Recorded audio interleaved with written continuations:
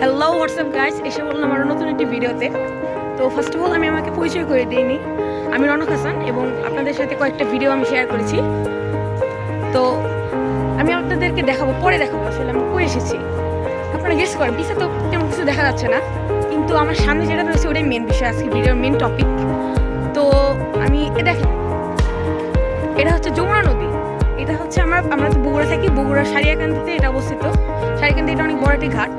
তো এখানে প্রথমে আপনাদের একটি জিনিস বলি যে যমুনা নদীর পানি যে বিপদ সীমার উপর দিয়ে যাচ্ছে, এবং এখানে আমরা একটু আগে দেখছিলাম যে অনেক নিউজ রিপোর্টাররা, অনেক সাংবাদিকরা এখানে এসেছিল এবং তারা এখানে দেখালো যে যমুনা নদীর পানি বৃদ্ধি পেয়েছে এবং এখানে অনেক দুর্ঘটনা ঘটেছে। এবং আমরা একটু এখানে ছবি তুলছিলাম, এখানে তখন একটা ঘটনা ঘটেছিল যে গতকাল নাকি এখানে একটি মোবাইল পড়ে গেছিলো। আপনারা যখন এখানে আসবেন তখন সচেতন থাকবেন এই বিষয় নিয়ে, কারণ এখানে এইরকম দুর্ঘটনা অনেক সময় ঘটে। তো আপনাদেরকে মেন বিষয়টা দেখাবো, সামনে যাই। আপনারা জানেন যে সব জায়গায়, যেমন দার্জিলিং, অনেক বিখ্যাত জায়গায় এইভাবে ঠিক একই ফ্রেমে লেখা থাকে যে ঠিক এরকম। এই যে দেখেন, এই সিস্টেমটা সব জায়গায় কপি করতেছে। সব জায়গায় আমি দেখলাম, সব জায়গায় দেখি যে এই সিস্টেমটা সব জায়গায় কপি করে। তো আরও সামনের দিকে এগিয়ে যাই। ওইখানে আমরা এখন যাবো না, ওইদিকে গেলে ভিড়ে আমরা ওখানে আর ভিডিও করতে পারবো না, কারণ সেখানে অনেক ভিড়। আমরা একটু সামনের দিকে এগিয়ে যাই, যেখানে ভিড় কম। আসলে মানুষের ভিড়ে আর ভিডিও করাই যাচ্ছে না। আকাশ দেখেন যে অন্ধকার হয়ে গেছে। এখানে আমার মনে হয় কিছুক্ষণ পর বৃষ্টি বা ঝড় আসবে। নদীর যে পরিমাণ ঢেউ এখানে আমি দেখতে পাচ্ছি, সেটা খুবই বিপজ্জনক। আপনারা যদি এখানে আসেন, খুবই সাবধানতা অবলম্বন করবেন। তো আমরা এখানে আসছি, প্রায় এখানে সন্ধ্যা হয়ে গেছে, বিকাল পার হয়ে এখন 6টা-7টা বেজে গেছে।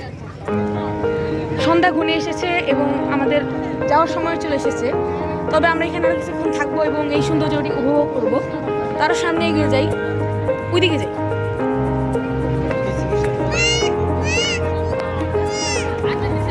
আজকেও আমার এখানে কোনো ক্যামেরাম্যান নেই, আমি একাই ভিডিও করছি। তো আপনাদের ওই পাশে দেখাইলাম, এখন এই পাশে দেখাই। এই যে ক্যামেরায় হয়তো অত স্পষ্ট আসতেছে না, তবে আমি চেষ্টা করছি যে আপনাদেরকে সর্বোচ্চ ভালোভাবে দেখানোর। আমি বেশি কাছে যাবো না, কারণ আপনাদের বলছি যে গতকাল একটা ঘটনা ঘটেছিল, মোবাইল পড়ে যাবো। তো ওইটা আমি এখানে শুনলাম, তো আমি দূর থেকে ভিডিও করার চেষ্টা করছি। এখানে আগে অনেক নৌকা ছিল, ওইদিকে নৌকা রাখা ছিল, এখন নৌকাগুলো নাই, পানি অনেক উঠে গেছে। ওই যে আগে ওইদিকে কোনো পানি ছিল না এবং এখানে কোনো পানি ছিল না, এইদিকে কোনো পানি ছিল না। তবে এখানে এখন অনেক বেশি পানি দেখা যাচ্ছে, কারণ আপনাদের বলেছি যে বিপদ সীমার উপরে পানি উঠে গেছে, যমুনা নদীর পানি। ফলে এখানে পানির পরিমাণ অনেক বেড়ে গেছে এবং অনেক দুর্ঘটনাও ঘটছে।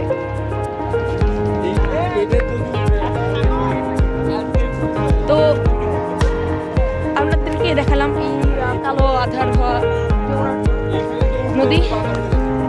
এটা অবস্থিত সারিয়াকান্দিতে। এটা কিন্তু খুবই বিখ্যাত একটি জায়গা, ফলে এখানে ঘাটটা অনেক সুন্দর করে রাখা হয়েছিল। এর আগেও আমরা কয়েকবার এখানে এসেছিলাম, তবে তখন আমরা ভিডিও করিনি, ফার্স্ট এখানে ভিডিও করছি।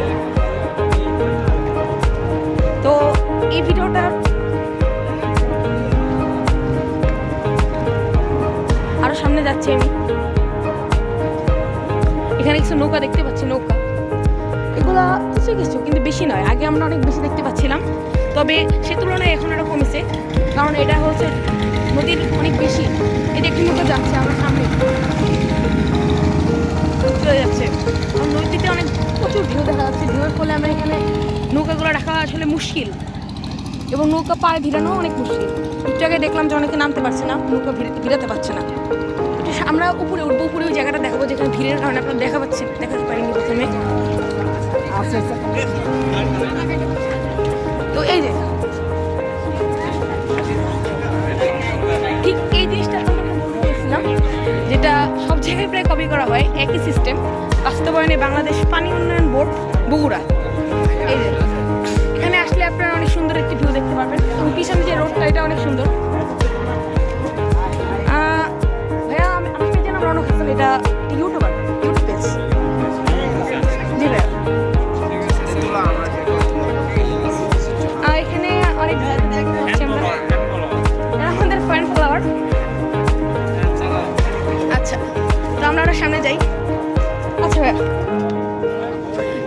আপনাদেরকে দেখালাম ভিডিওটা। তো আরও এখনই আপনার ভিডিওটা আমরা শেষ করে দিব, কারণ হচ্ছে আর বেশি দিন যাবো না, কারণ এখনই ভিডিও আপনাদের আকাশ ঘন মেঘে আচ্ছন্ন হয়ে গেছে, ফলে ভিডিওটা আর বাড়াবো না, বাড়াইলে একটু পরে বৃষ্টি পড়তে পারে। সো আপনাদেরকে আজকে দেখালাম সারিয়াকান্দি এবং নদী।